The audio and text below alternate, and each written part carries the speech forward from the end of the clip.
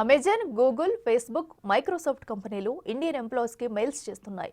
H1B visa ఉండి America విడిచి వెళ్లిన వారు వెంటనే తిరిగి రావాలని సూచించాయి. లేదంటే వీసా ఫీజు $1,00,000 చెల్లించాకే దేశంలో అడుగు పెట్టాల్సి ఉంటుందని తెలిపాయి.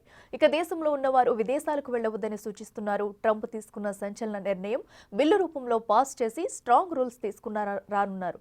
ఇక H1B వీసాలపై డొనాల్డ్ ట్రంప్ పెంచిన ఫీజు 12 నెలల పాటు అమల్లో ఉంటుంది.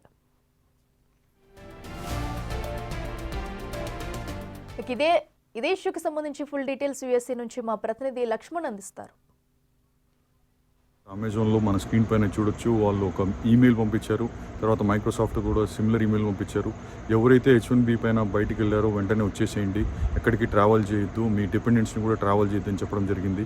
సో అన్ని కంపెనీస్ చాలా మెజర్ చేసుకుంటున్నాయి యాక్చువల్గా ముందే. సో ఎందుకంటే ఈ సిచ్యువేషన్ ఎలా ఉందంటే చాలా పానిక్ సిచ్యువేషన్, అంబిగ్విటీ ఉంది. సో ఇనవే చూడాలంటే మనము ఇది ఐటీ సెక్టర్కి పెద్ద దెబ్బే అని చెప్పొచ్చు. ట్రంప్ ఒక పెద్ద బాంబే పేల్చాడని చెప్పాలనుకోవచ్చండి ట్రంప్ అడ్మినిస్ట్రేషన్. బట్ ఇక్కడ వచ్చేసి ఇక్కడ చూసామంటే ఇక్కడ ఈ కంట్రీకి మంచిదే అని మనం చెప్తా ఉన్నారు.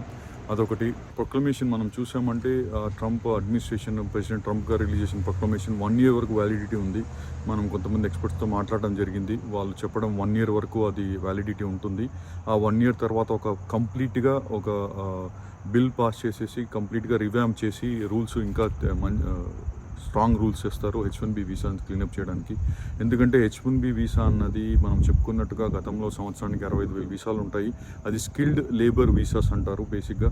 అది స్కిల్డ్ లేబర్ వీసాగా వెళ్ళిపోయి ఈవెన్చువల్గా ఏమైపోయిందంటే చీప్ లేబర్ వీసాగా, అంటే మన వాళ్ళు తక్కువ అంటే శాలరీస్కి వస్తున్నారు అని చెప్పేసి చీప్ లేబర్ వీసాగా అయిపోయిందని చెప్పేసి వాళ్ళ అభివాదన.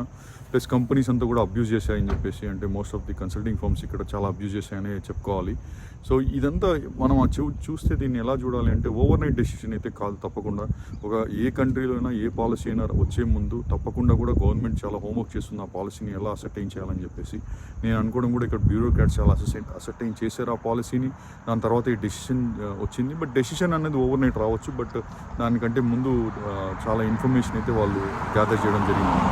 సో దీని తర్వాత ఇంకొన్ని కఠిన చర్యలు డెఫినెట్గా ఉంటాయి. ఎవరైతే లైన్ దాటి లీగల్గా, ఇక్కడ యూఎస్లో అన్నది అన్ని కంట్రీస్లో లీగల్ చాలా స్ట్రాంగ్గా ఉంటాయి, యూఎస్లో అన్నది ఇంప్లిమెంటేషన్ చాలా స్ట్రాంగ్గా ఉంటుంది. ఎవరైతే లీగల్గా ఉన్నంత వరకు దే ఆర్ వెరీ సేఫ్. ఇల్లీగల్గా చేసే పనులు మాత్రం I think they are in the radar of the US government actually. So నేను అనుకోవడం బాహుశా మనకు వచ్చిన ఇన్ఫర్మేషన్ ప్రకారం అంటే నెక్స్ట్ ఈ చిన్న ఫార్మ్స్ని ఆడిటింగ్ కూడా జరుగుతాయి అనుకుంటున్నా. ఈ వీసాలు ఏంటి, ఎలా యూజ్ చేశారు, కరెక్ట్గా విత్ ఇన్ లిమిట్స్ యూజ్ చేశారా, తప్పుగా యూజ్ చేశారా అన్నది కూడా. సో ఏదైతే మనం జరుగుతూ ఉందో ఇవన్నీ మనము కేవలం కాలమే మనకు ఆన్సర్ చెప్పాలి.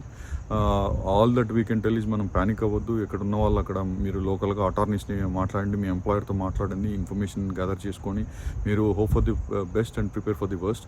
సో ఇక్కడ మనం చేసేదేం లేదు. బేసిక్ ఏంటంటే పాలసీ వచ్చింది గవర్నమెంట్, ఇది US కంట్రీ, వాళ్ళ పాలసీ వాళ్ళు చేసుకోవడం మనం తప్పు ఏం లేదు.